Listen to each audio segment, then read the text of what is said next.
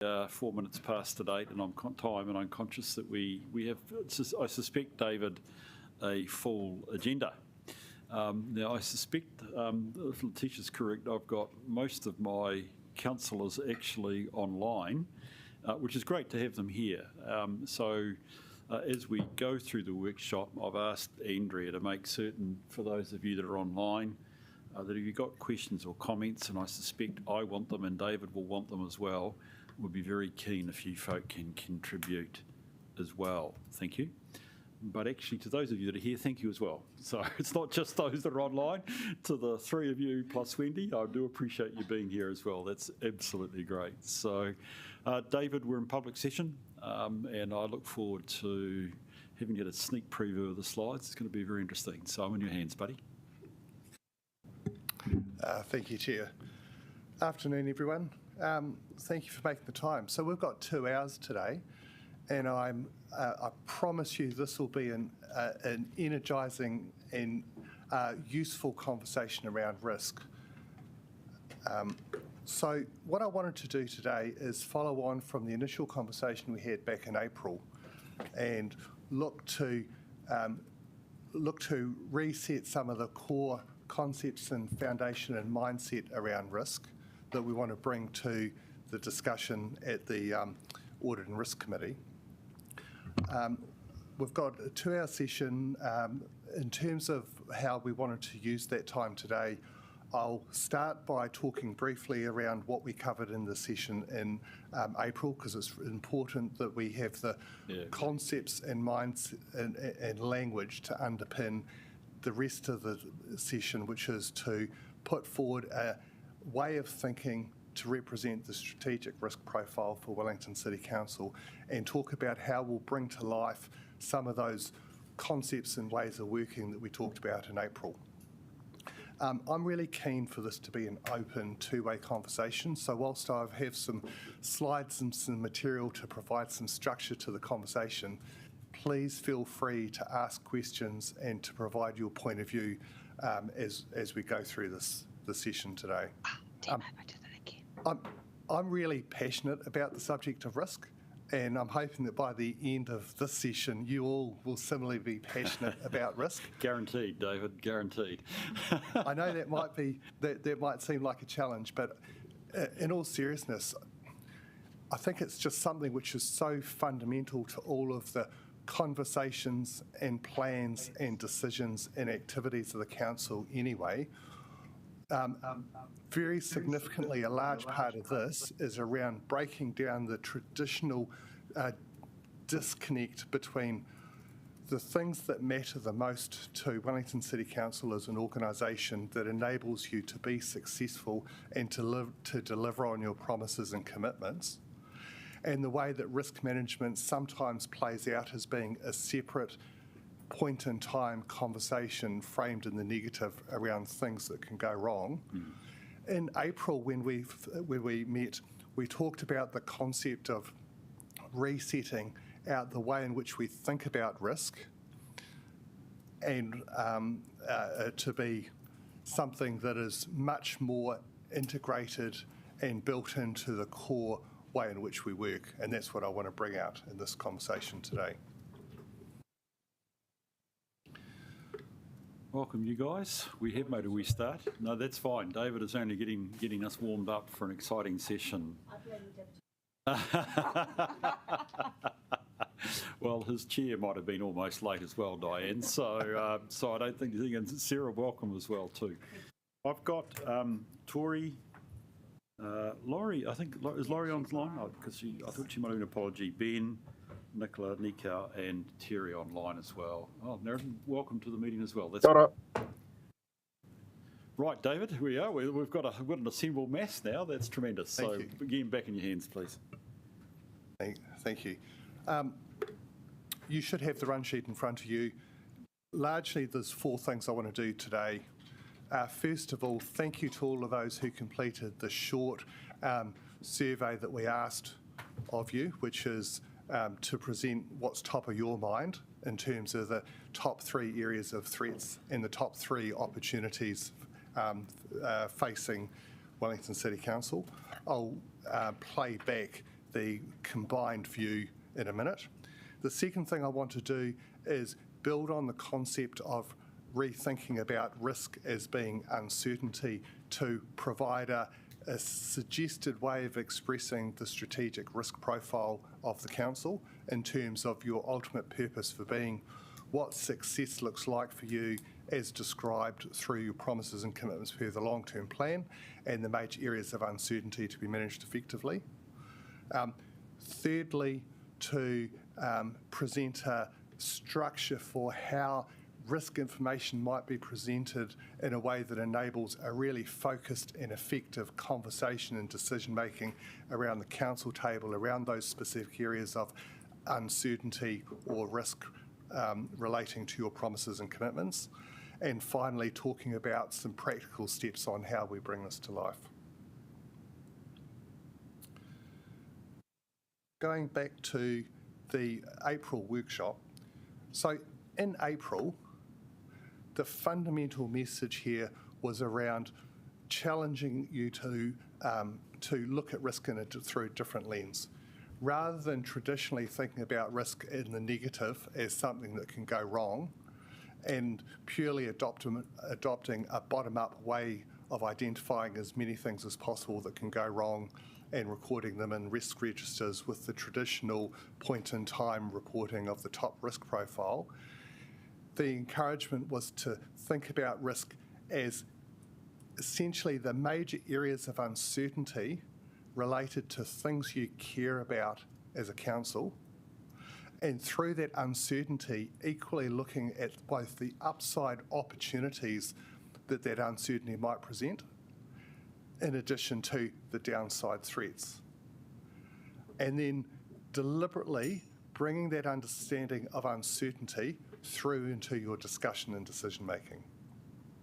The logic here being that there's a golden thread to lift us out of the normal noise of risk that relates to any and every organisation, and to think about risk in terms of, first, the fundamental purpose and the thing that's most important for Wellington City Council, an understanding of the expectations upon the council as an organisation, the clarity of your promises and commitments, and then how uncertainty impacts on that.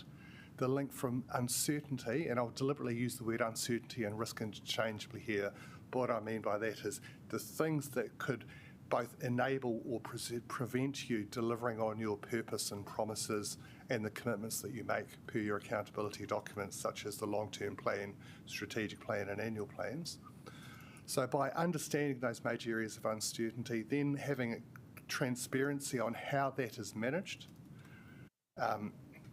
where you get your feedback and assurance from that what's in place is well formed and working effectively, and ultimately making good trade-off decisions around what you can live with and what you can't, right? So in essence, that's the substance of risk management.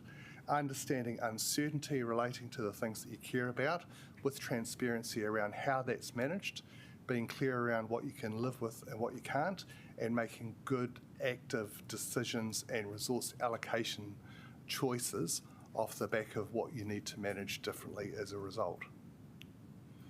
So that was the challenge that was put forward in the April workshop. We also talked about the distinction between... Can we just stop there? Yes. That's good. I agree with you. I love the fact that we're doing that, David. I just wanted to do, I agree, sorry. Yes, tick, tick, tick. But I just want to, before we move on, just to make certain we're grounded, does anybody have any questions or comments about what David's saying at all? That's where we got to make sense. No? Sweet, look at that. You've got us all. Keep going. Nice. I don't think there's anybody online at this stage. Thanks, David. Keep going. The reason for labouring that point is, I know it should sound intuitive, but I think it's important that it does feel like a core part of how you work and operate, as opposed to risk being something that you come to periodically as a discrete topic with a risk report for noting. The challenge here is to almost downplay the traditional negative connotation of risk and think about risk as being a fundamental fact of life. it's uncertainty inherent in your environment, and it's the need, if you like, is to be quite deliberate around understanding how you manage that uncertainty and make good choices as a result of that.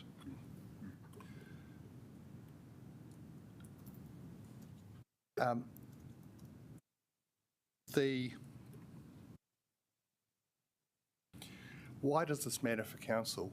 Well, as the peak governance body, essentially your role collectively is to ensure that there's an effective system of risk management and an effective system of internal control. Also for ensuring that there's real clarity around the risk appetite, i.e. the boundaries around what the organisation can live with and what it needs to manage differently, to understand what the strategic risk profile of the organisation is and ensure that how that's managed is fit for purpose and effective.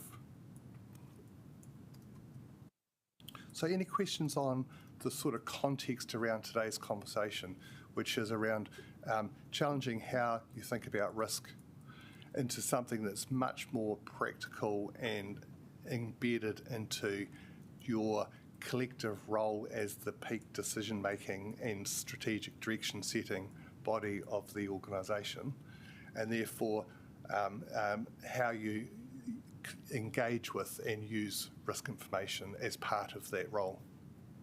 Questions on that? I think it's just really very interesting. I've just been kind of thinking as you've been talking, David, about kind of risk as it relates to fear. And I think that, having been, when I think about uncertainty, often uncertainty there has been a tendency around governance decisions to say, well, we shouldn't do something because of the uncertainty. Whereas, and particularly when it's kind of framed as risk or kind of fear. But the uncertainty really, to me, kind of relates about what the outcome might be, which is uncertain, but not necessarily, not making a decision necessarily being the right thing to do. So, yeah. Did that make sense? Yes, it's a really good point, actually, because often organisations will approach risk as being we don't want to be exposed to risk. We want to manage risk away, or be in a point where all risks are addressed, and yet that's not really an achievable objective. Risk is an inherent part of the environment that we live in. As any organisation, we have limited resources, and we need to make the best choices with the resources. In effect, that's what risk management is, making the best choices in order to deliver on your promises. I made the point back in April that the thing that matters the most for almost all organisations, and I'd suggest that this relates to Wellington City Council as well, is when you really look at what's the super risk, if you like, or the most important thing, it often comes back to language like the trust and confidence we have of the community we serve and our continued social licence as being the thing that is a very useful way of orientating risk conversations. Because if you look at it in that terms, then if trust, confidence and social licence is is fundamental, then rather than doing a bottom-up exercise to identify as many things as possible that can go wrong, you can take a top-down approach to understand what are the factors that fundamentally contribute to trust, confidence and social licence. What is the uncertainty inherent in that? How do we manage it? And how do we know that it's fit for purpose? In a nutshell, that's what risk management is about. Later today, we're going to go through a way of presenting what a strategic risk profile for Wellington City Council might look like, expressed out in terms of purpose, success and uncertainty. That is intended to bring to life that concept of trust, confidence and social licence, what contributes to trust, confidence and social licence, and the underlying areas of uncertainty, i.e. risk that presents both upside opportunity as well as downside threat inherent within that. So that's- Christine?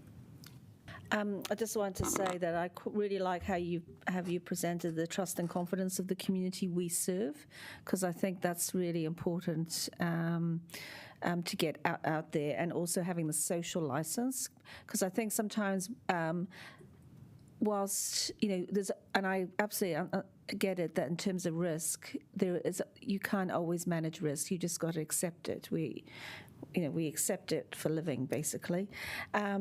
And so I think the other thing with any uncertainty, sometimes it's actually about, it comes back to having the trust and confidence of the community that we serve. And sometimes our comments might well be, maybe seen to be uncertain about taking risks, but actually it's a reflection of what the community is feeding back.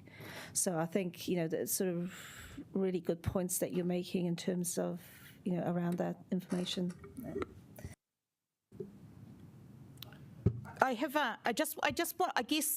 What I would want to comment, and definitely if Iona was here, this would be what she would talk about, that these kind of, those kind of concepts around social license and the trust and confidence in the community, it's all highly kind of political. And those concepts are often, there are many kind of views of what that is, which communities, what their views are, how you interpret that information, and essentially you can use it from any side at any time, and so I kind of, it's kind of interesting getting to that point, because these things, there's the trust and confidence and the social license that we have now, but we also have responsibilities beyond what people think right now, and so it's also where decisions that we make today might see us be viewed in 10 years' time, for example. I like both views. I mean, I absolutely agree. What actually it reflects, and I take it from yours, is going back to your point about being. Oh yes, it's on. It's on. It is on. Sorry. Am I speaking nice and softly? Am I speaking softly for once only? Sorry about that. So I like the fact that you both accentuated that, but I think the thing that I would go back to, and I don't know if I quite like being called a peak body, but we'll take it. But actually, Rebecca, that reflects the importance that as a governance body we grapple with. I think looking at your slides, I know we're going to define this key thing. What do we care most about? And that is the critical question, because that's, to me, the starting point of thinking about how does uncertainty, whether it's current or whether it's future, influences our resource allocation. So that's going to be useful. So thank you for that, both Iona and Dana. Any other questions or comments folk would like to make? We're taking a bit of both here. No, and Iona, I understand you're online as well, so that's good. Tony. So I appreciate this exercise, and I like it being done bottom up, which is great. I've always looked at this sort of risk management stuff is really around the bracing of doing the main thing, and so if you've got a bridge, you can easily build a platform across a piece of river. But then you go and think about saying, well, what could go wrong with people trying to get across? And so you think, well, perhaps we need some guardrails. Perhaps we need some extra bracing here in case of a flood. Perhaps we need some signage to slow the traffic down. And the framework that you're working on is that process of getting people to think through all of that to make what is a good solution also a low-risk solution. And so you can be very black hat, you're right. Councillor Matthews is right. It's easy to see this stuff as fear, but really it's actually a parallel activity that has to happen for a good organisation. And having that actively being developed as you're leading is the thing that will give people the confidence that as we go forward, things are going to be done well and that we've seen ahead as much as we can the things that could scupper our objectives. Yes, absolutely. Look, in my mind, good risk management is something that, rather than just creating lots of noise for identifying lots of things that can go wrong, it helps people do their job effectively. And it does it by enabling them to understand the things that really matter, enables them to understand what the role they play in the work that they do contributes to that, gives them some parameters in which they can operate, enables them to anticipate things that need to be managed effectively, not only in terms of things that might go wrong, but if you word, it's a funny old trick of language. If you take a risk and word it in the positive, it looks like a success statement. If you take anything that you've promised to do and word it in the negative, it looks like risk.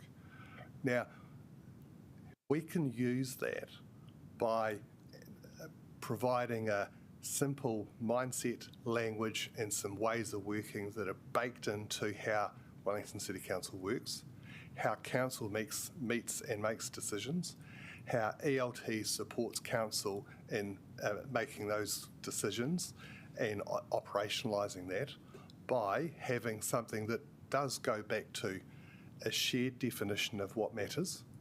My suggestion is something around trust, confidence and social licence is a really nice way of having something that provides a lens for what matters the most. Being clear around those factors that contribute to trust, confidence and social licence, because if it's positively worded, it sounds like an opportunity or success. If it's negatively worded, it sounds like a threat or an issue. Having transparency around what it is organisationally that you're prepared to live with or not, because you can't manage everything down to, you can't manage uncertainty away. Now, in old language, that's called risk appetite. And in effect, it's how you make your choices, largely as part of your strategic and operational planning. And then having transparency around the ways of working, i.e. operational delivery, that gives effect to that. So good risk management shouldn't look like risk management being a separate, disjointed, parallel suite of activity that ultimately results in a periodic quarterly report for noting. My real challenge is good risk management looks like a really integrated, fundamental part of your DNA in how you work and how you collectively have a shared sense of vision, purpose, make priorities and commitments and deliver on that. The things that we'll talk about later in this conversation around how you might present a view on a page of a strategic risk profile and the supporting plans that take each of those aspects of strategic risk and break it out into a way of being really clear around what it is, why it matters, what contributes to it. That's designed to be consistent in bringing the right information to enable that clarity and consistency of thinking across what matters, why does it matter, how do we manage it, and the uncertainty representing both opportunity and threat inherent in that. So that's the challenge for today.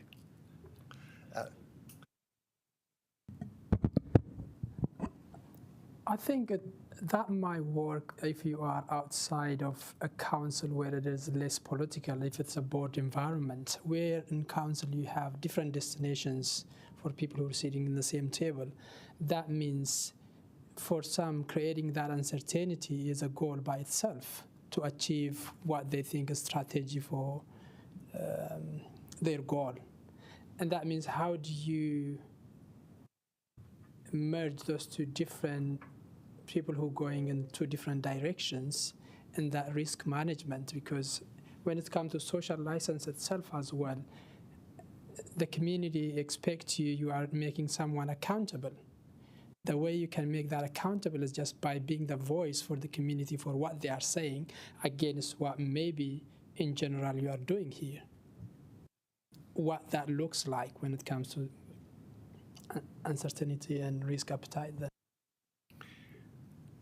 A working assumption I bring to this, and I'll be interested in your perspectives, is that whilst individually you'll have perspectives and represent parts of your constituency, collectively as council, your role is to enable a shared vision for the community and collectively agree on a direction and a set of activities or outcomes that collectively you commit to. That's captured in the long-term plan. And therefore, an assumption I bring to this is there's a shared collective accountability at council for successfully delivering on the long-term plan. And in the discussion around risk, which I'm suggesting is around deliberately understanding those major areas of uncertainty that need to be managed effectively to successfully deliver on the long-term plan, that is equally relevant for any organisation, including a local authority. Go for it. Yeah, I think that's where it's going to get interesting because you mentioned the long-term plan, how that is kind of the main uniting for all councillors. In our current case, where we have a bit of an issue even in that direction. So that creates a level of uncertainty to some extent. How do you navigate through that while keeping the social license, but it's also making things are moving from the council side when you are not going in the same direction, basically. Even you don't have that long-term plan as common, if that makes sense.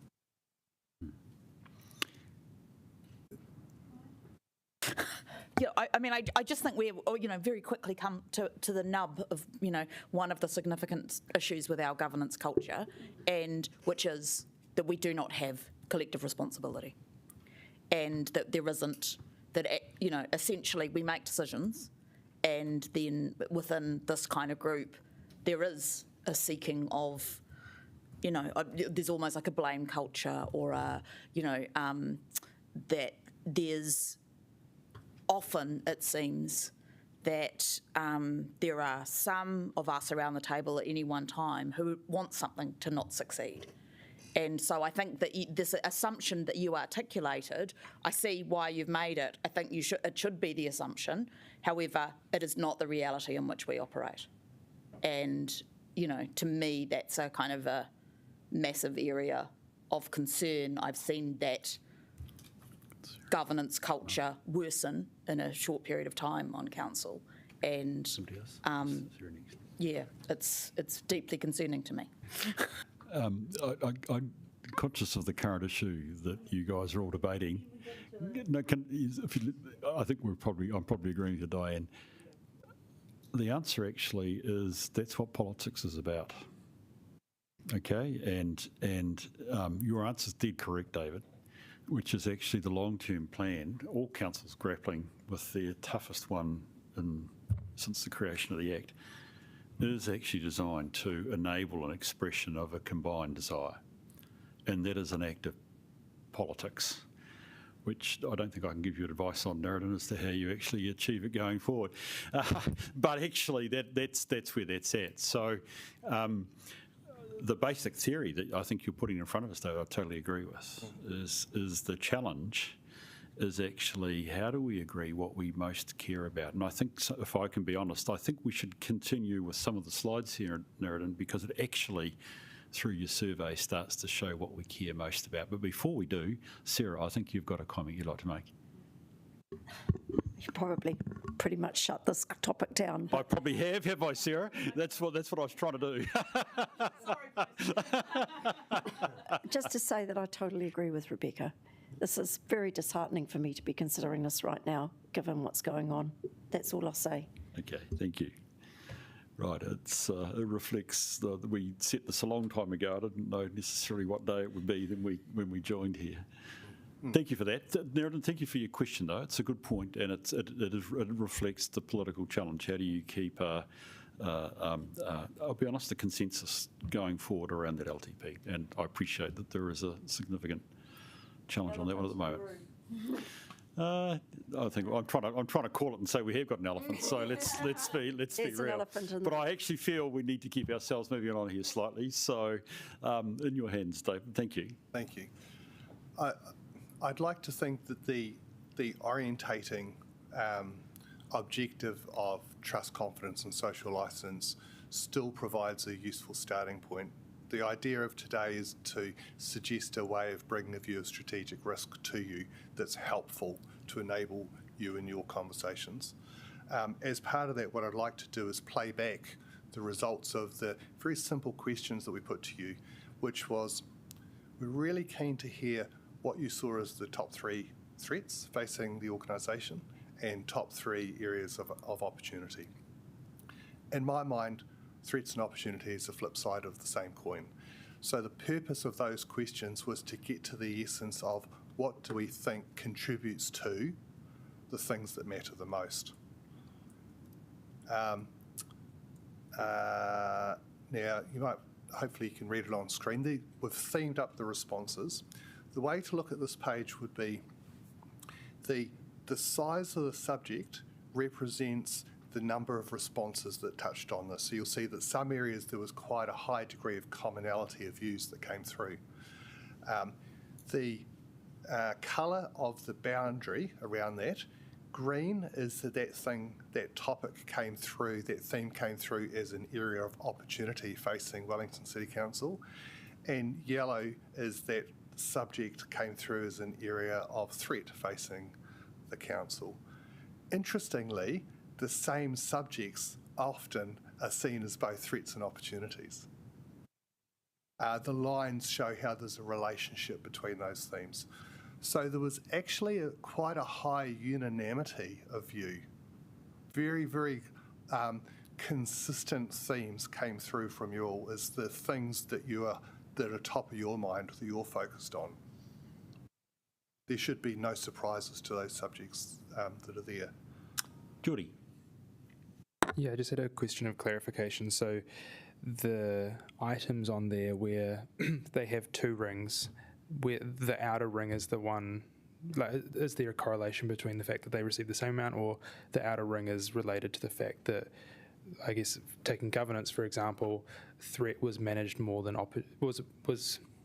came up more than opportunity was? Great question. Yes, the width of the outer ring expresses how often it came up as either a threat or the opportunity. So taking governance, so that one was the size of the overall circle said it came up quite a number of times. The size of the yellow boundary said it was actually seen more as a threat rather than an opportunity, but some of you saw that as an opportunity as well as a threat. Perceptive.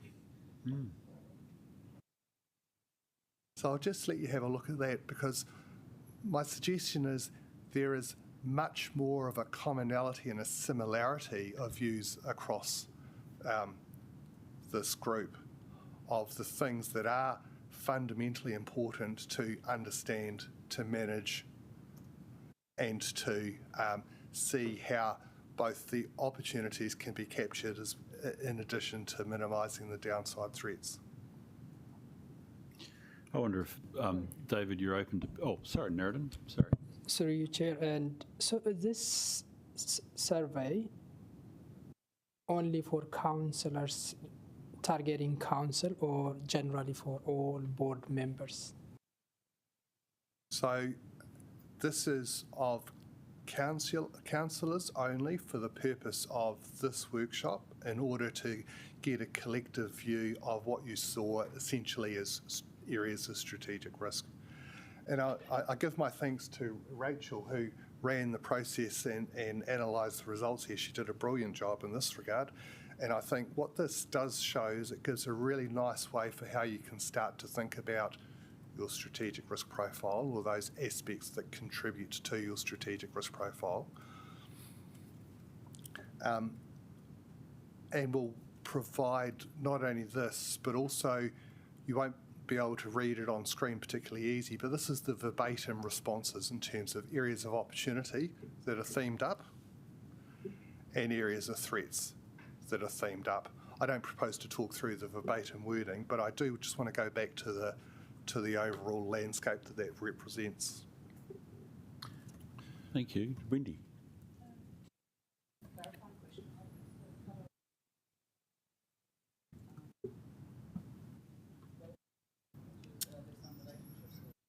Just more to differentiate between the subjects, no. So I would focus on the size of the circles and the borders as being the relevant pieces of information in that. Little question from me, David, and it may be just the nature of the diagram, and it's one of the smaller circles. Why is higher education linked to political instability? And whose political instability? Students are meant to be riotous, Tim, aren't they? It wasn't the university I went to.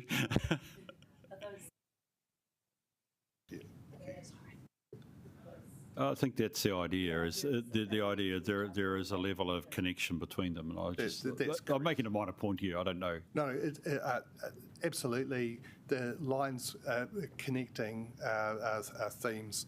So in that case, that would suggest that things like central government policy largely plays out, particularly in the education sector, around international students. So it's policy consistency or inconsistency. There's the instability point.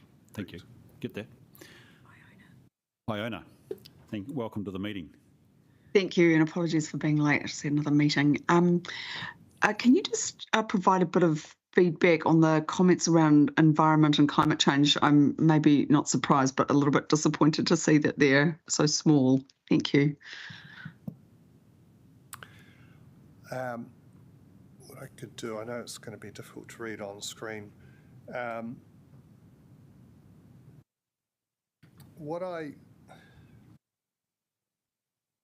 The size represents the number of mentions in the regard. So in that respect, it's not to downplay the significance of climate change or environment, because obviously they're fundamental, but in terms of the proportion of times those were mentioned as being risks or opportunities in terms of the overall subjects mentioned, the areas such as governance, major project delivery, future work, etc., were more prominent in the responses, interestingly, than climate change or environment. I think this is one of those critical things, because I translated this into what we care most about, and I know that might be a statement you might not want to hear from me, Iona. I will tell you that I did vote for climate change, by the way. What interests me is that actually this is starting to reflect about what is coming through. I can make a case that if we can't get the governance right, we won't get climate change right. You know, major project delivery, that's so close to our social licence, is it not? You know, so it's a really useful diagram, even if it's a bit of a popularity contest as to how many times some of us tick governance or climate change or whatever. It's starting to reflect a generalised view around the table, and it's got to be relevant. Yep. And the reason for providing this perspective back to you, in addition to what we'll cover soon, which is a more structured way that we could present the strategic risk profile expressed in terms of purpose, success and uncertainty, is it's important to have a lens like this when it comes to setting your agenda and making broader decisions. Because everything that you do and decide that you deliver on, that you allocate resources to, ultimately should be with the lens of how does that build or enable trust and confidence in our social licence through delivering on things that we promise and managing the aspects as reflected here that we collectively see are important components of that in our work. So largely, the aspects of the decisions that you will make will touch on good governance, delivering major projects,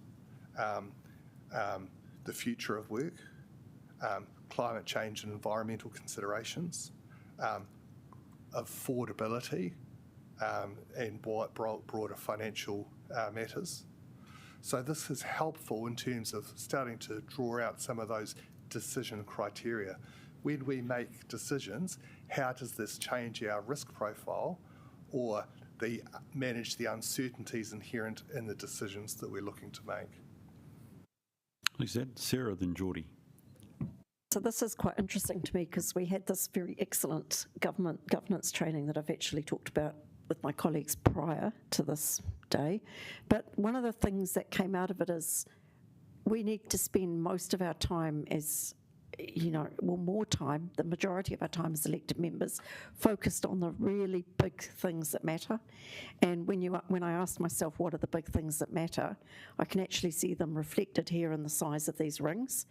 Obviously, some of them we can't do much about, like natural disasters, but I would say that housing, water reform and governance, for me, were the big things. And I can see, obviously there are other big things. But I think I've just taken a snapshot of this because I think it is really useful to us to reflect on how much time we're spending in our committee time and our councillor-only time talking about the big things rather than some of the small things. And I think that's what David's saying, because I absolutely agree. It's not the first time this week I've been in one of these sorts of sessions. If this really counts, all of these count, actually, I think would be the answer, by the way, David. I'm sure you're not dismissing them. I could argue all of these are things we care about, all of these are risks. I use the Barbara Reiser, the Orwellian statement, all risks are equal, some are just more equal than others. Okay, and those that are more equal than others demand, or should demand, or rather I'd want to know why they don't demand more resource to deal with the uncertainties that are associated with them. That's really, it's a long way of coming back to agreeing with your point. This should be, even governance resources should be focused on the big risks, be my argument. David, you can correct me if you want to, but I would be arguing that, as well as also the council resources. Yes, indeed. Sorry, yeah, thank you. Very patient, Geordie. You just sit there. Sorry about that, mate. I was just waiting for your final thoughts. Yeah. I, guess, I promise they are my final one, Geordie. No. Earlier in the presentation, we were talking a lot about uncertainty, and I guess that was the more common word than risk. And I was reflecting on when I filled out this form, and suddenly I felt like I had filled it out incorrectly, because I had been so laser focused on risk and associating that with negative things like what might not be going well, what really deserves attention to be going better. And then I guess the opportunities I was thinking about, what is going really well already and we don't really need to look at. But then I'm guessing I guess what I'm trying to understand is how do we take this and sort of analyze it through that framework of uncertainty, because perhaps maybe now I've inputted some data that is less useful than if I had originally been focusing on the uncertainty element in terms of things that sort of actively need focus in terms of what I just think is going well or not well. It's actually a really good lead into the next session which I want to have, which is this is playing back your collective views from those two very simple questions. What we'll come to next is a suggestion for a more structured way that we might express the risk profile.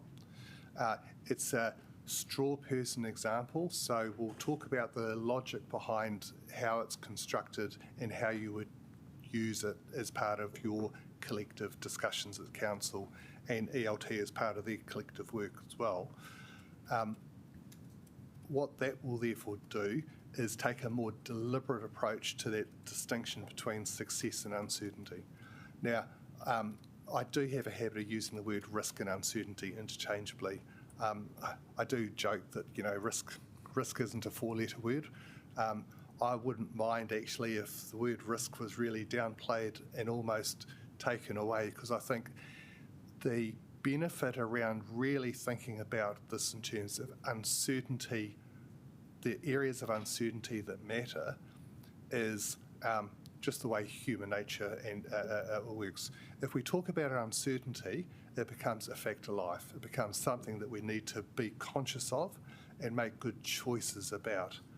when we talk about risk, our normal default response is to feel a bit threatened by it and almost become averse to a conversation around risk. So as much as possible, I suggest if we can move to language around uncertainty rather than risk, it does change and have a much more positive impact on the nature of the conversation that we can have in that regard. Yeah, I guess what I'm thinking is if I was prompted to do this again, and in doing so was perhaps reminded that I should be trying to think about it in the framework of uncertainty, what that might look like whether other people were also in the same position as me and we might, I guess, have a different landscape. Yes, yes. And I think there'll be merit in redoing this exercise after this workshop as well, so that you've got the opportunity to reflect on how you've responded and the way in which we build up to a shared view around what that strategic risk profile might look like. Before I move on to the next session, any other questions? Oops.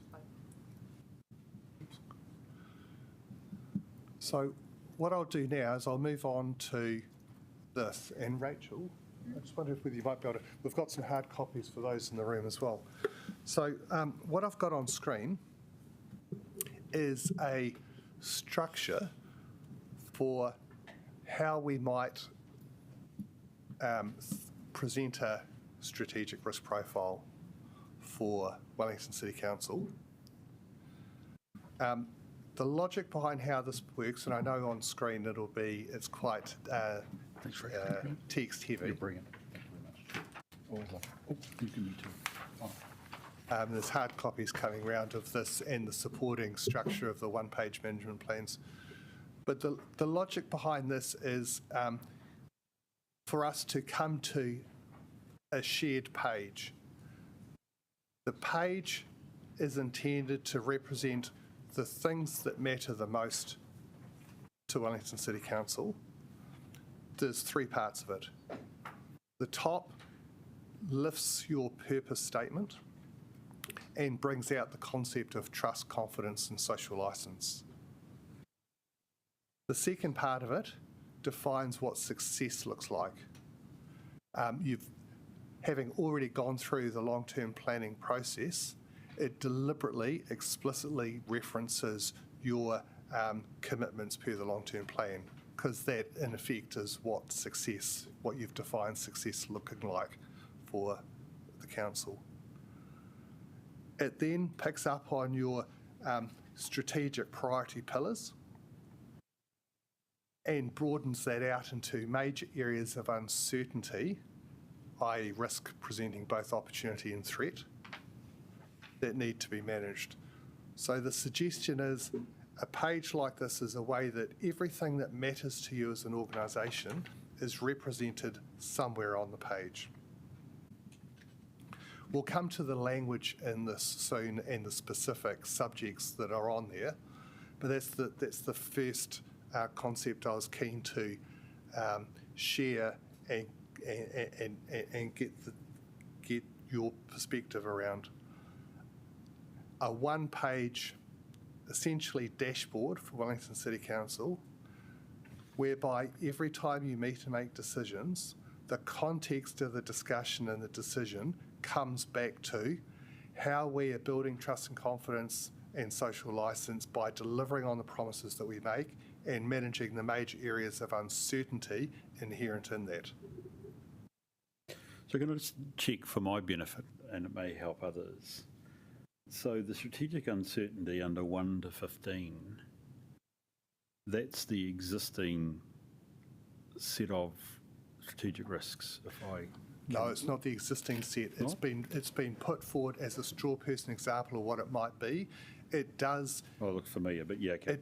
It does actually draw on some of the ways in which existing strategic risks were described. Fine, yeah. It brings out the strategic pillars per the long-term plan, and also reflects the themes from the survey that you completed.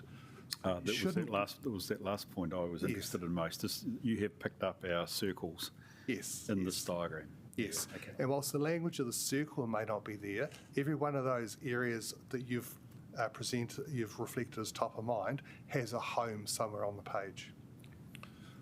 So I'll come back to the specific content in here in a minute. I just want to explain the concepts.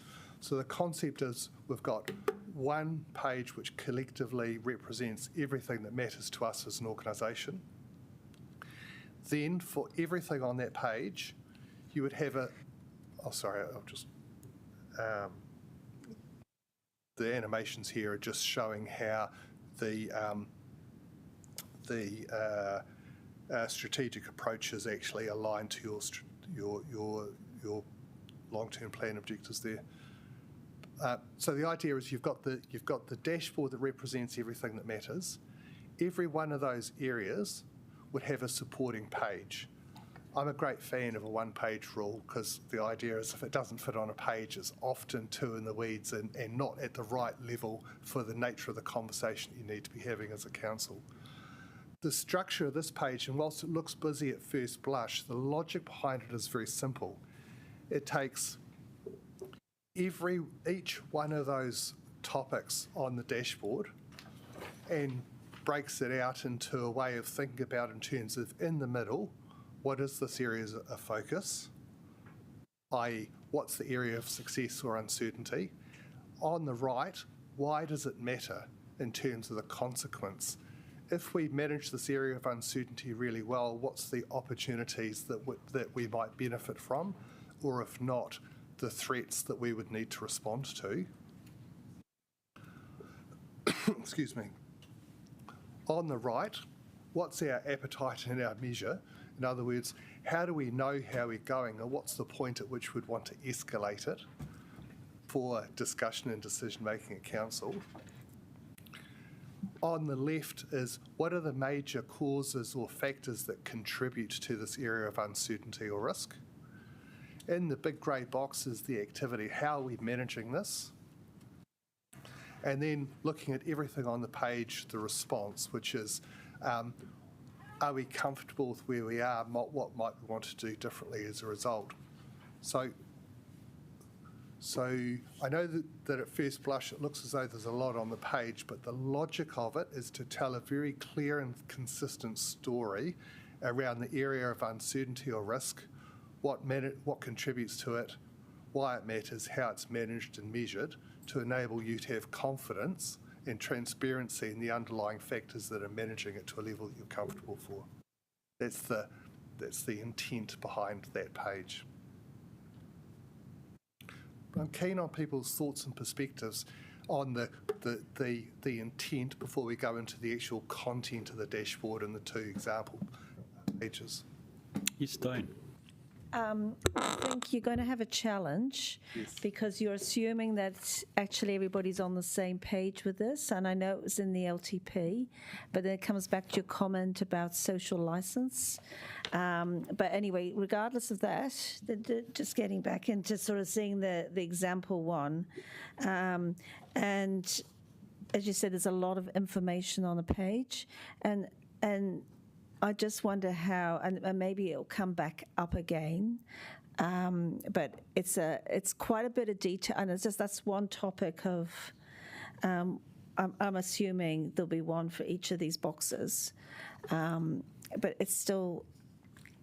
My immediate reaction is I know there's detail, but I think there's a hell of a lot. So. Look, you're exactly right, and you've touched on something which is always a balancing act between, at the one hand, very, very superficial aggregated information, typically a one-sentence risk statement, or something which is really, really detailed and doesn't enable you to have perspective on an area. There's a balance in the middle. And I think it's important to be clear as a council around what the level of information is that you would want to see to enable you to have the right conversations.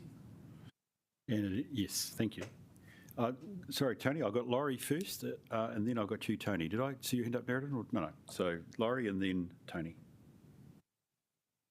Kia ora, David. Yeah, can you hear me? I can hear you well, Laurie. Great. this really works for me. And I guess what I want to just quickly, and if I missed it, I'm sorry, but in what context would we use these? And I guess in a practical sense, we get our papers with decisions we need to be make. Would this possibly become a template within that decision-making process? The short answer is yes, when you make decisions, you absolutely would need to have an understanding of, and the intention would be that you've got clarity of, for the decision at hand, what are the underlying areas of risk or uncertainty inherent in that decision, and how is it managed? Because you'd want to understand, how does the decision that you make change your risk profile? How does it impact on this page? What does it improve? What does it impact on? So short answer is yes. You would have information specific to the decision at hand. Right. Okay. Thank you. That's great news. Thanks, Laurie. Tony. Yes. A couple of things. First of all, I think this is the point where people, they see a lot of detail, and it's when it becomes a bit of feeling like it's an artificial process we're going to, and it's becoming a bit of a parallel process that, you know, is being set aside from the normal decision making. And I think there's good reasons for that. But your comment, I want to pick up on your comment about the right level of information. I think that there's a couple of things that are a bit missing. One is there's a process understanding we need to know, because there's two things we need to do with this piece of paper. We need to make some decisions about what goes into it, and then we need to be able to make it communicatable so that the business can use it. And those two things are sometimes somewhat different, you know. So as a target state, given that we're going to go through a process to get there, I think this is good. Okay, it's probably too detailed though for all members to really get engaged on making sure they've got the first big steps right, which is essentially just communicating what we feel as a group is a risk. So that's my feedback. I think we need to understand a bit about what are the steps that we need to go through to get the content of what was in that initial feedback, onto a piece of paper, and to a certain extent agreed. We don't have a consensus, but the business needs a clearer statement so they can actually work with it. So there's a step to go and fill this in. Okay, and when you look at a lot of this information, I think this is information which gets filled in stages, and I think we just need to understand perhaps initially what are the first, if you're going to pick out 3 bits from this whole template that you'd focus on, that we would need to focus on, what would they be? And then we could start to understand the steps we're going through in this exercise. Does that make sense? Yes. Okay. Yes. So in terms of, you're absolutely right, there's a process to go through here, and today's discussion is about concept. The concept of having one page that collectively is there every time that you meet and make decisions, so that the so what of those decisions can be drawn out, is fundamental. What's on this page, what's on the page at the moment, is illustrative of the concept. What actually ends up on the page will be determined by what you collectively want to be on the page, and where was I going with this? So we collectively, based on what needs to be on the page to reflect your shared views, and the other aspects of that is the intention for there to be clear points of accountability for each of those subjects, so that the underlying plans, being the detail of what it is, why it matters, and how it's managed, is brought together in a relevant and consumable way for you, and the heat mapping of the page, so that the relative confidence or concern you have that those areas of uncertainty are being managed effectively is provided. At the moment, concept, everything's green at the moment. The intention would be that those are heat mapped to reflect the relative level of risk or confidence or concern associated with that. In terms of the supporting page, that template, Sorry, Geordie, did you have a comment? No. You're welcome to. Yeah, I guess it was just kind of looking over this information and trying to put my sort of self in the head of governance. Like, a lot of the times I think, I mean, it's good to dive into this in this context, but then I'm also trying to think about how do I also continue to apply it in every decision that I make. And I guess it's maybe a question of information theory in terms of how much we can hold in our head. But sort of at what points in exercising our role in governors we should be looking at, I guess, the different levels of this framework. And, you know, is it something that we should be actively aiming to try and retain all of in our head and sort of evaluate against all of the time? Or is there a strategic way to apply different aspects of this at different times? I think it could be very simple. It's you have a decision. You could look at this and say, have we considered the decision from the perspective of our people? Have we considered from the perspective of our resilience to disruption? Have we considered from the obligations that we face? Does it improve or degrade our infrastructure? Do we have the right information associated with that? So largely I think you can look at this and say, when we've made a decision, have we considered all of the aspects of how that decision will impact on the organisation with reference to the things that are on that profile?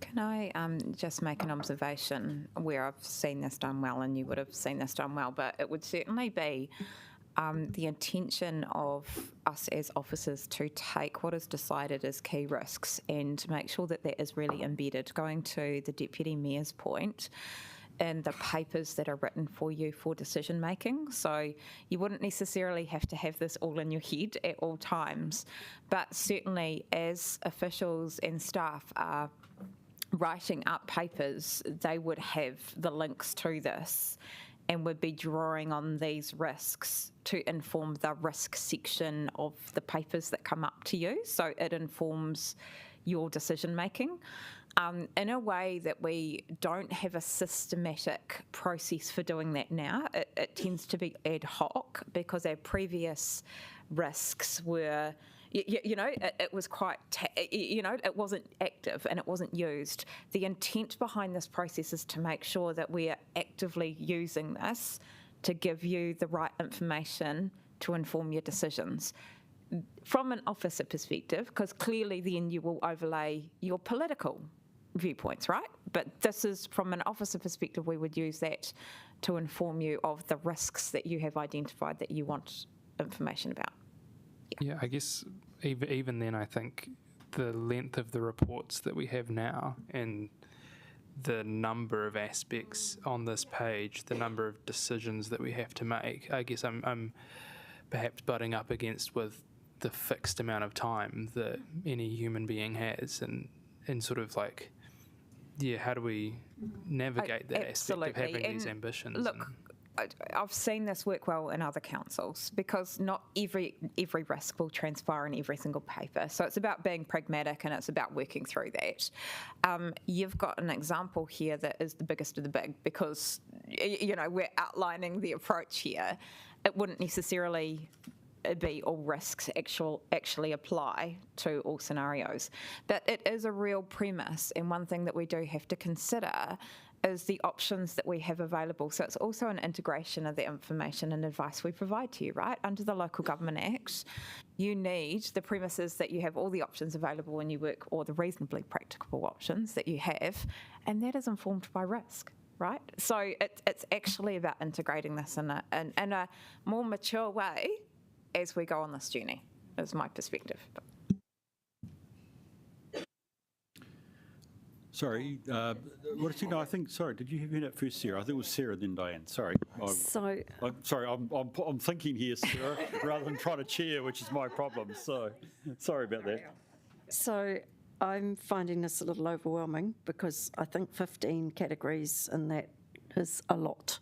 And I think it would be good if, actually I find the top section easy to understand, but I can't quite understand how we morphed from that into 15 aspects of uncertainty. But I also want to say, and this is, I think, the main point I want to make, one point I'm making is, can we tidy that up a bit? Can we reduce it to a less number? But the other point I want to make is the biggest risk is the opportunity cost of the decisions we're making, and we do not get a lot of information about that.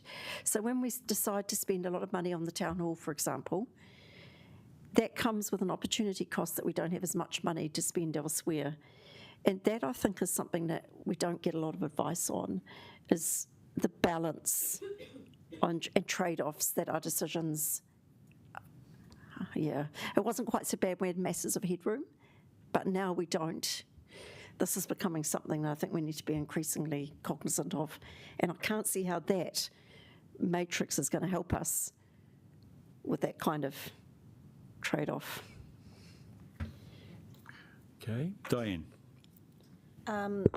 Yeah, I agree with Sarah, because we've talked about how we need, when we even have some of the big decisions, how we need better financial information about what the broader impacts are going to be. So it's seeing that. And I think you had us captured in the first few slides with the circles, but when it came down to here, it was sort of like all that detail.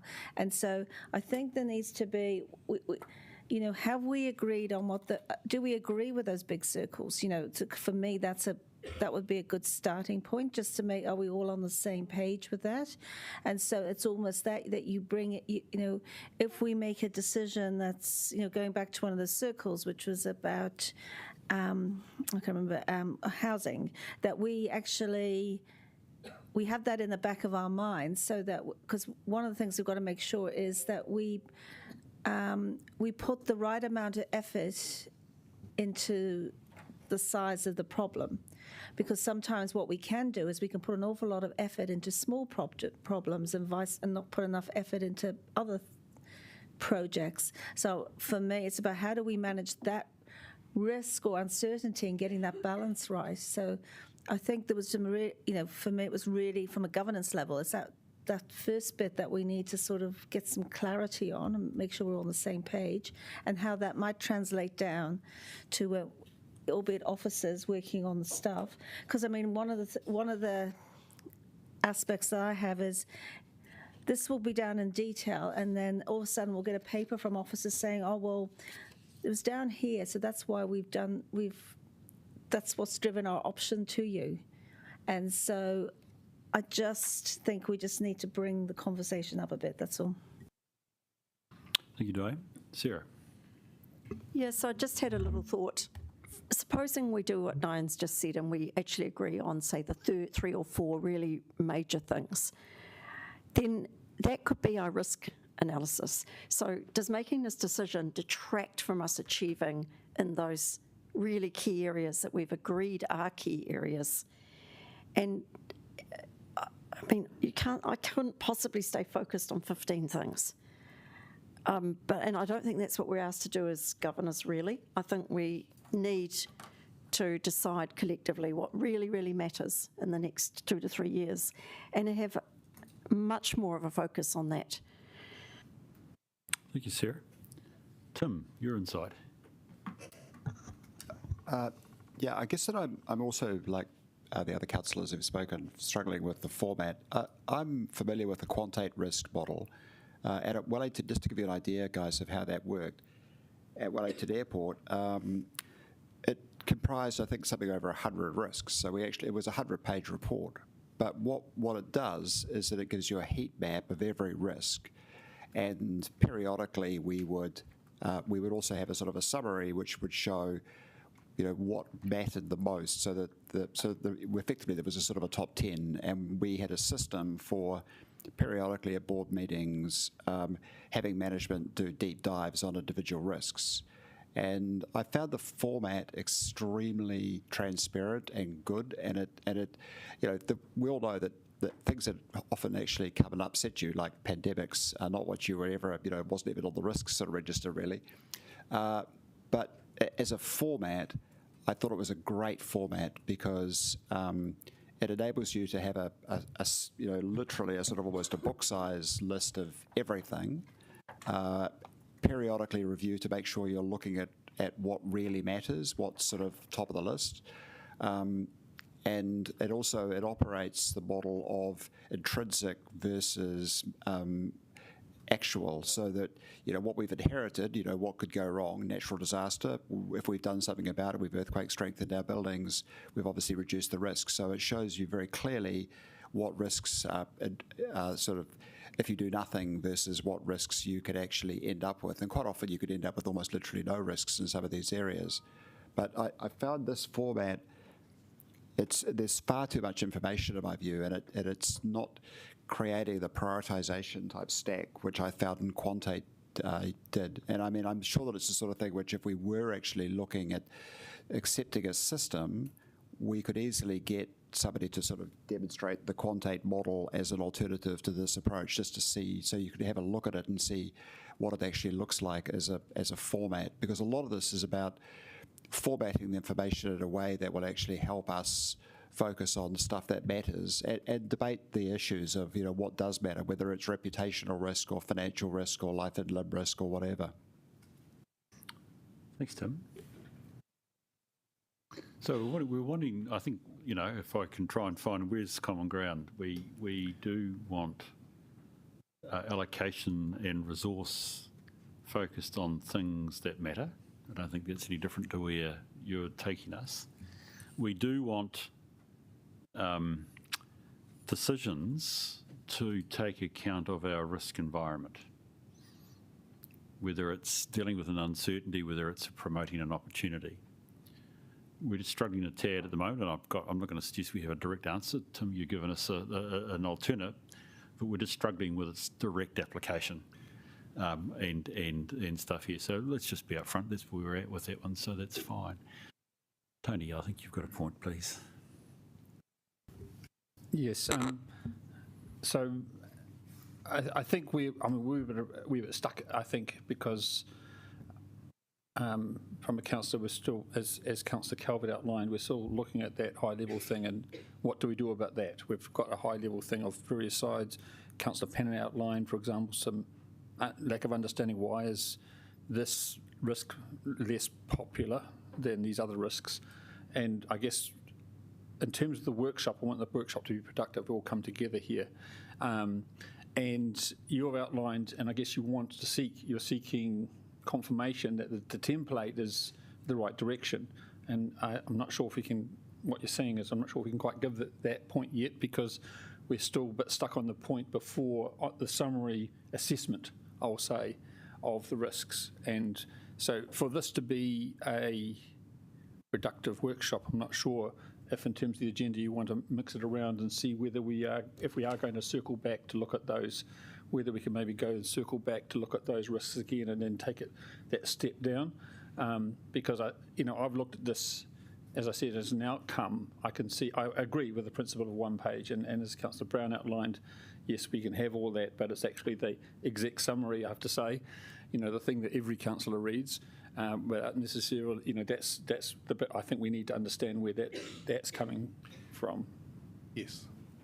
So just to be helpful. Yeah. Rebecca. Yeah, having been a part of a few of these conversations, I don't want to kind of stop and go back to the beginning. Like, I feel like we've actually done some quite good, thinking, and so I think, and I think that no survey is going to be complete or reflect on what any individual put into it, but I do think that kind of the bubbles and the circles, that was quite a useful kind of, and I think really, we're just looking at what is a more simplified process to inform our decision making, so it's something that we can more readily use. Yes. For me, that's kind of, rather than kind of go back to the beginning, that's kind of where I feel the concerns are more widely felt. Really great questions and perspectives. A couple of things. first of all, I do see a distinction between a traditional bottom-up approach like the quantate-based way of working, which is about identifying lots of risks and having a risk register that manages consistent information, including the inherent and residual risk, likelihoods and impacts, mitigations and treatments, and all that sort of stuff. There's certainly a role and a place for that. What I find with those approaches is that they tend to have the same risk expressed several times or symptoms of a wider risk expressed there. So it's often difficult to step out of the noise and see the actual message, particularly when it's just the exception, the top 10 risk reporting that usually comes out of that. There's also real cognitive biases around determination of inherent or residual risk and scoring likelihood, particularly likelihood and scoring of risks, when it comes down to individual risk owners scoring those, which can undermine the usefulness of that information. It has its place, but there are there's some things that you need to be aware of before doing that. This is a top-down approach to think about how you might how we might collectively present information in an easy-to-consume manner for you as councillors. Whether it is those 15 areas of uncertainty or the dozen or so topics in the previous page represented in this as the themes from your feedback, that's part of the process to come to an agreed set of statements that collectively describes the strategic risk profile in terms of major areas of uncertainty that contribute to you being successful per delivering on the long-term plan and supporting trust, confidence and social licence. I'm not sure there's an ideal number, right? So whether it's 15 or 12 or 10 or 20, that number is, I think, less important than having something which is simple to see and use. The logic behind a one-page rule is that it enables it to be lifted into major groupings or major themes. One of the dangers with traditional risk approaches is it kind of misses the black swan risk because you tend to focus on things you already perceive to be a major potential problem, and so it often misses putting on your radar things that are important to manage but you may be confident are being managed effectively. So the logic behind a page like this is that you're not just exception reporting and reporting the top risks. You've got a visibility over all of the things that would need to be understood and managed effectively, even if you think you are well placed in that regard. So the idea behind the colour coding, the heat mapping, a simple green, yellow, amber, red type approach, would be to make it simple in plain language and intuitive. At a top-down level, not likelihood and impact scoring, and not a very detailed matrix around, criteria that feed into that, but keep it really intuitive. Green means we think we're well placed. Yellow means, well, it's not perfect, but we can live with it. Amber being not great and we need to do something different, and red being it's a major pain point or a potential showstopper. So by doing it in that form, the idea behind this, and whether they're the right 15 topics or we go back to something that's come out of that's more aligned to what's coming out of the survey, the idea is you've got a presentation of what is necessarily a complex area because it's a complex and diverse organisation, Wellington City Council. So to lift it, something that shows the things that collectively you would want to have confidence in, or where there are areas of concern that enables those to be surfaced. So that's the logic behind that. The detail on the supporting management plans, and I know that there's a need to get the level of detail right and balanced, not too detailed that you lose the ability to see the message clearly, but not too superficial that you don't have real clarity around the contributory factors and how those are being managed. That's what that structure is intended to provide. There's absolutely a place for a traditional bottom-up, quantate-like based way of working, but my suggestion is that the volume of information in that is likely to be too much to be able to consume easily. And so the idea of taking that sort of top-down approach, deliberately tying it to purpose and your priorities, should lift it out of the weeds into something to say, well, if it's on this page, it matters, and if it matters to us, it should be reflected on this page. Thank you, David. Wendy.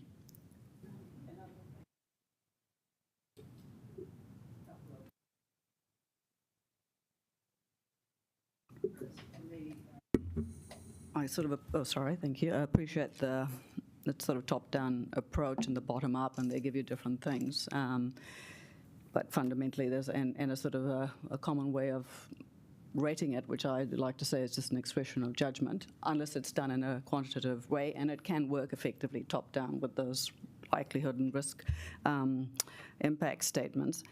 With the covering page here, I think I really like the top part of it, because it tells me at a glance the key things that the council is committed to. What I think there would be something worth thinking about is, I can see that how some of the areas in the bottom 15 boxes relate to or support, because I guess the idea is that these are the things, if you focus on them well, you will achieve. So it's a question there, and if so, it would be, if that's what it's intended to achieve, I don't know if there's a simple way of showing some traceability for or connections, because I think what I was picking up for the discussion on the bubbles was that there was a level of interest in kind of going, okay, how are these interconnected? And you do see interconnectivity sort of things where you're going, okay, are we focusing on a collection of risks there? So that's one thing I think would be worth thinking about with this cover page, depending on where we go. The other thought, question, or probably more suggestion that I would have is, it probably ties back to my point of rating scales, unless they're done in somewhere in the depth of it, which are with a level of confidence. You just have to watch for what's the basis on which those confidence statements are expressed, because they, it's like who's deciding that, and on what basis, and on what supporting, and so it's just. I know all of this is just to help good decision making, but I think that would be something to really sort of, for me, I would be keen to sort of understand as to, and how does this risk system track when things should be tracking more amber or red? What is that decision making process that's going on in the organisation that's bringing the right assessment of risk up to the governance table? Yes. Yeah. So those are just additional thoughts to throw into the mix. But great. Thank you. Thank you, Wendy. You got thoughts on that, David? So I found real benefit in taking a different approach to risk scoring. Typically, you have one person who's nominated as a risk owner for a specific risk, and it's their individual judgment that influences likelihood and impact, and therefore the overall risk rating. Where there's good evidence to inform that judgment, that's great. Often it's subjective. I don't mind subjectivity. I think that's actually, if the person is close to the area, that's fine.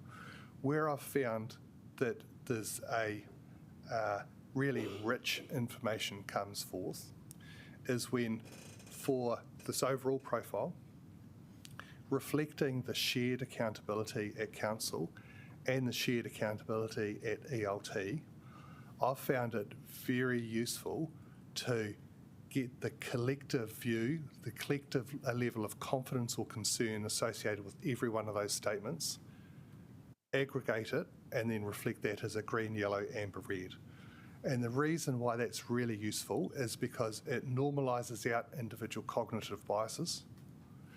by getting the shared perspectives across council and ELT, you can see for where there is an alignment of view or a divergence of view, and where the aggregate view sits is often a much more reliable indicator than an individual risk owner, often 3 or 4 levels in the organisation, down in the organisation, rating a risk out of context for how that sits in the overall priority for the organisation. That's the first thing. The second thing is for each of those areas of each of the particular subjects, having an owner, and that would typically be an ELT owner, supported by someone within the business who's got subject area responsibility. Their perspective would be for each of those individual causes or the components that contribute to the risk to rate it. And then you've got the ability to see the collective view from the individual who's the subject area. And I find that that tends to give much more rich and useful information. It embraces the subjectivity. It follows the lines of accountability. It brings out the concept of collective shared accountability at a governance and executive table. And it enables the deep dive discussions to be focused at where there's the greatest divergence of view, because that's where you'd want a page like these, the supporting risk plans that tell the story around what the risk is, why it matters, how it's managed, to start to bring together a common view and reduce that level of divergence. So that's a suggestion for a different way of working, which would provide, in my view, a much more useful and reliable shared perspective rather than individual risk ratings on individual risks. Thank you. Any other thoughts or comments? I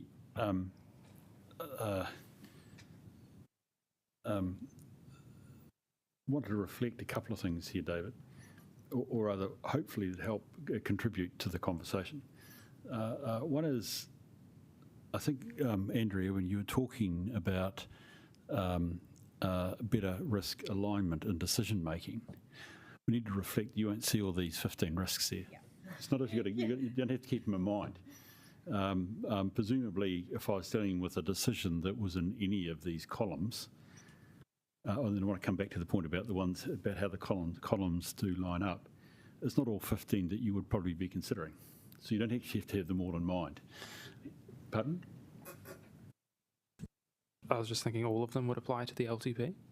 Yes, but you won't be, well, you could be, yes. If you want to go back and look at your LTP, you would have to consider all of them.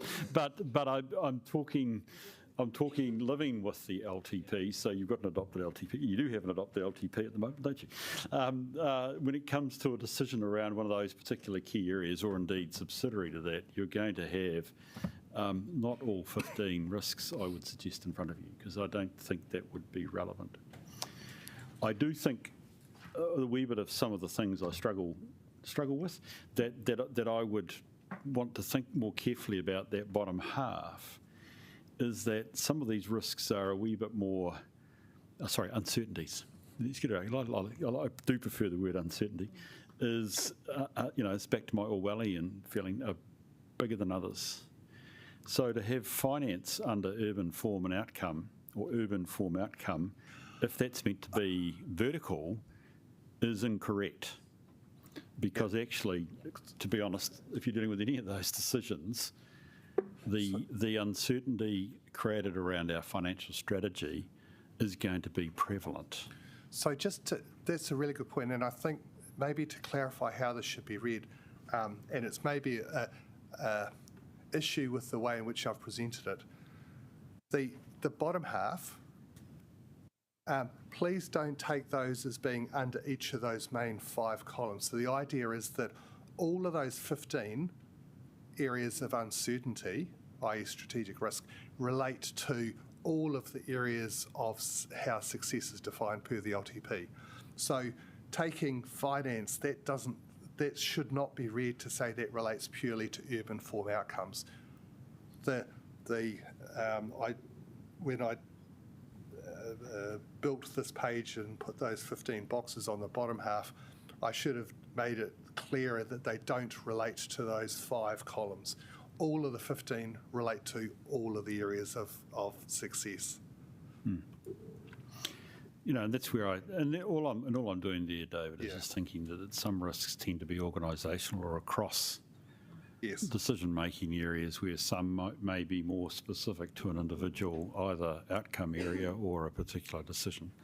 The diagram doesn't easily facilitate that. It's really what I'm saying. That's not I guess it is a critique, but that's you know, I think that's a very important point we need to understand if we were to use it, because the other part that's relevant is that as a risk committee, we have to be able to deal, and so this is now me adding to what you've been saying here, Geordie, we do have to take into account these 15, assuming these 15 are validated as our risks.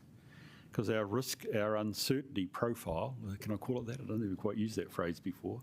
Our uncertainty profile is 1 to 15. So we do actually have to have a committee that says, have we got this all in hand? You know, that's the assurance side that we're looking for. So there's essentially, if I can put it this way, we've had two discussions. They're not parallel discussions. It's just, when does risk come to play? It comes to play in individual decision making. Do we invest in something X? Well, it's going to relate to an outcome. It's going to have some aspect of uncertainty attached to it. It's going to be doubt to it. But a risk committee has to look at all 15, or 10, or 9, or 25. And I'm on committees where I have probably all of those numbers. But that's our risk profile.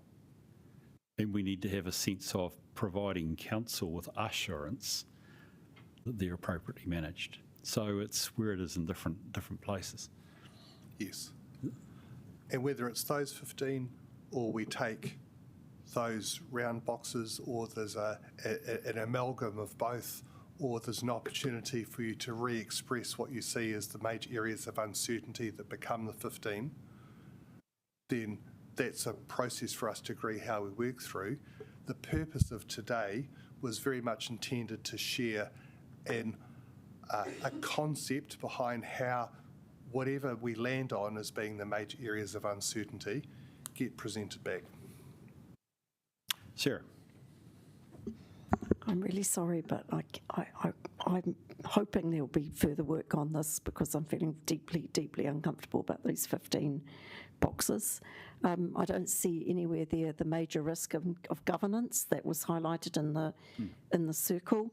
You know, the political instability, that kind of thing, loss of social licence, running out of money. I mean, these are not doing it for me. I'm going to be brutally honest. I don't quite know how these are the 15, and 15 is a lot. I'd prefer to see fewer and covering more related to the work that elected members have done, or, you know, and others have done on those circles. I like the idea of being able to review what we put in the light of this conversation. I think you suggested we could have another crack at filling in the survey, given the extra information we've had today. I think that was Geordie's idea. But if staff were to go away and continue to work on this, I personally wouldn't be very comfortable with it.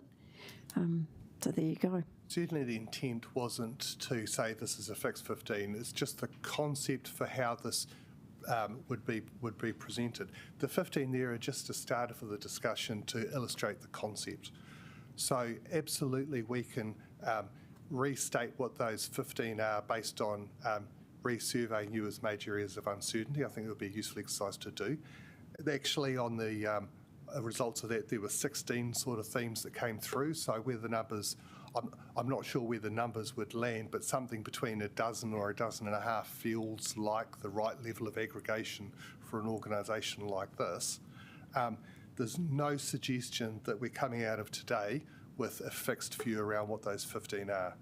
The real purpose of today was to agree and have an open conversation for how we might present and use a perspective around strategic risk as part of the broader discussions that we have. I think it's a great idea to relook at how you might all express the key areas of uncertainty that ultimately become the bottom half of that page. Stunning.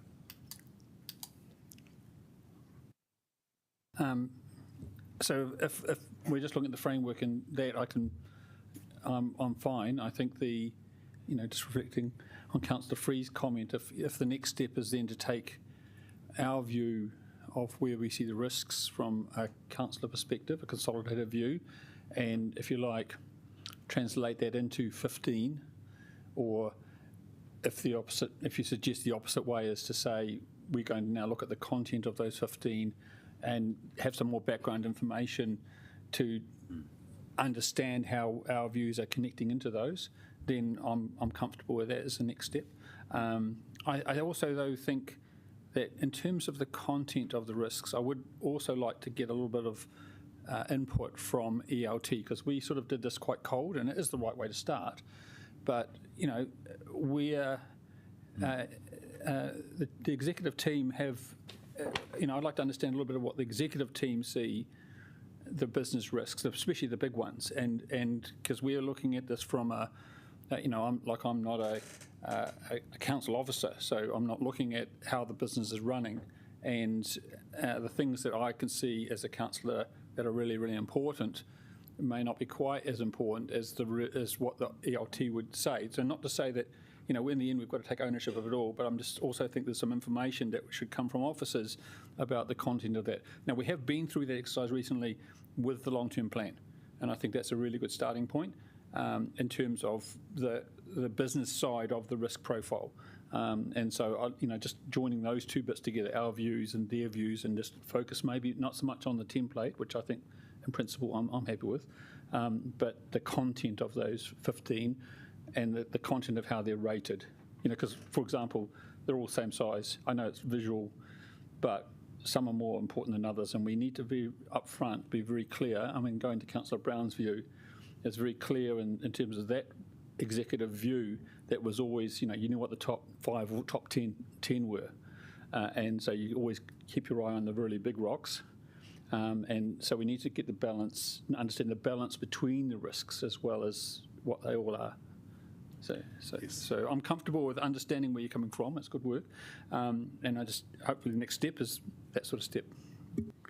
Well, we sat down just before this workshop and talked about the need for ELT to do something similar and to have this, and that's exactly part of this journey that we're on. So, that's exactly what we'd intend to do.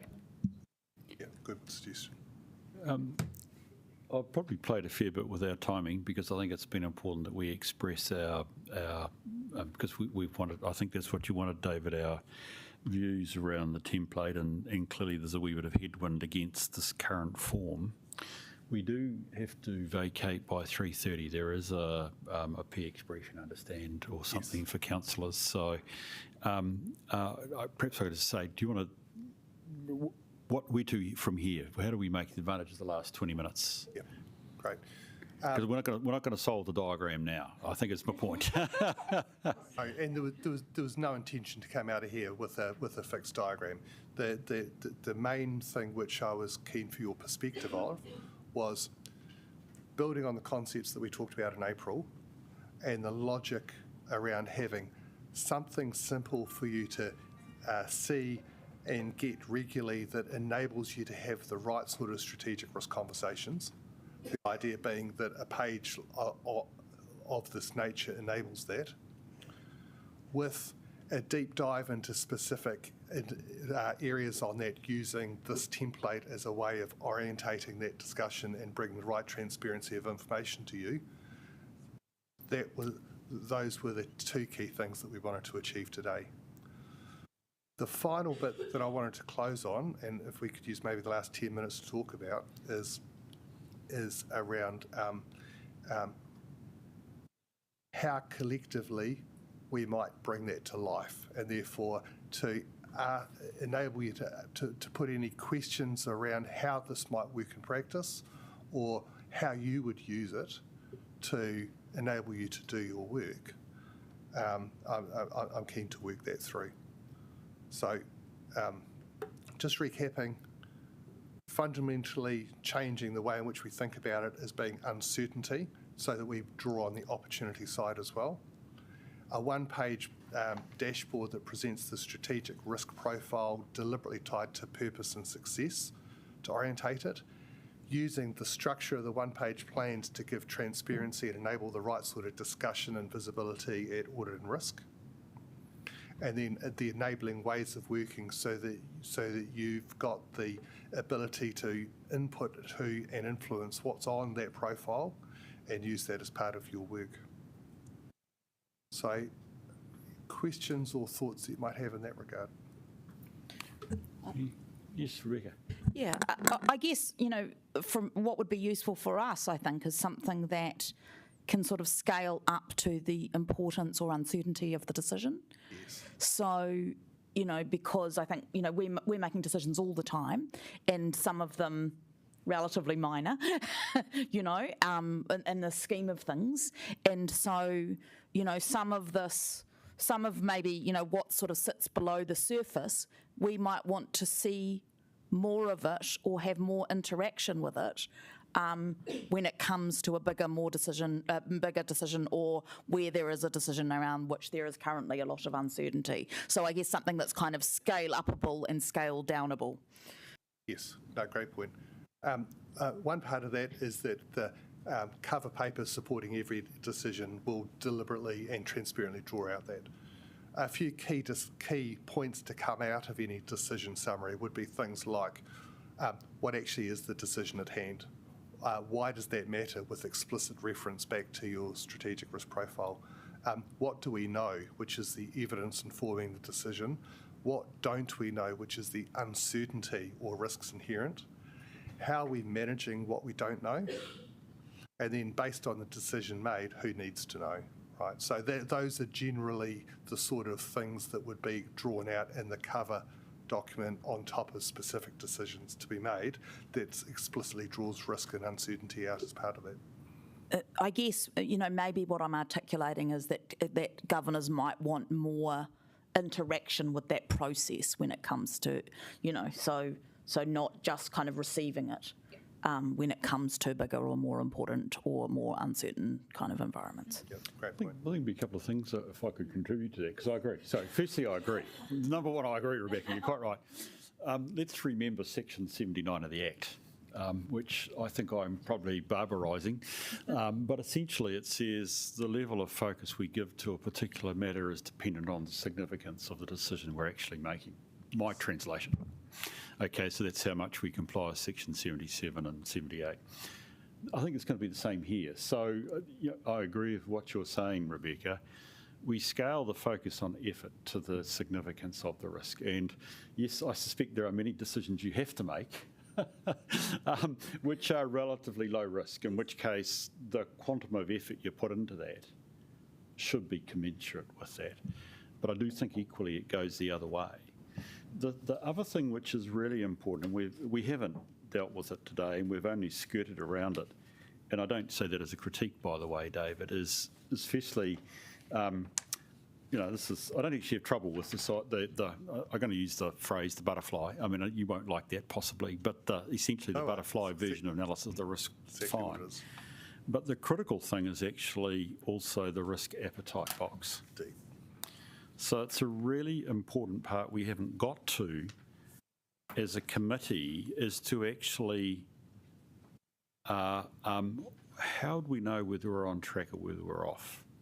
Or how do we know whether a potential decision that we want to make could affect or take us outside some of those risks? Okay, or a decision that we make might help improve and bring a risk that is less comfortable back inside our tolerance. So I just draw that out because it goes back to your point, I think, in lots of ways, Rebecca, which is yes, we should scale up or down depending on the decision, but actually we have, with good risk appetite statements and measures, a chance to also work out which ones objectively should be scaled up or scaled down. That would help. My suggestion, Andrea, would help management. Okay, and not make it officer-led or arbitrary, but actually we would have a consistent, because actually the appetite generally should be built from around this table. Laurie and then Sarah. Thanks for hanging in there, Laurie. Kia ora. My ask would be if there's time that we have another workshop and run the big questions again, because I'm just going to fess up, I didn't manage to fill those in. I know. Don't growl at me, Bruce. But I'd love to do a mock with some past decisions that we've made, you know, one quite significant decision down to one everyday decision. I think that could be quite useful to go into using it more permanently through our processes. It's a great suggestion. Yep. Like that idea. It makes it live, doesn't it, Laurie, as to what we do, which is not a bad idea. Sarah. Yeah, I really like that idea of relating it back to our risk appetite, but that also made me wonder when we last tested that. I know we did some work, but it was a while ago. No, I mean, let's face it, we struggled with the previous work. Oh, did you? Oh, collectively we did, yes. Yeah. Oh, okay. Yeah, okay. But Sorry, I if don't can- think, if I can don't be think, blunt. I don't think struggle with this, it. I'm not sure this council has done that work. It was at the beginning, was it? We started. I couldn't remember quite when it was, yeah. Yeah, okay. But yes, we But it might be an idea to refresh that because everybody's perception changes absolutely. over time. Absolutely, yeah. And there are some things facing us now that weren't so obvious back then. Beg your pardon? So, I mean, what we're really agreeing to here, Sarah, if I can pick it up, is apart from fleshing out the way it works, we have to come to some view about what actually are our significant uncertainties or risks. What fits below the line, and I won't put a number on it, but we also need to very, very quickly after that have a simple way of actually trying to assess what's our risk appetite in those areas. Yes, because without that, it doesn't tie together. It's Exactly. What's our tolerance for financial risk? There's a good one. Should we have a crack at that now, Andrea? No.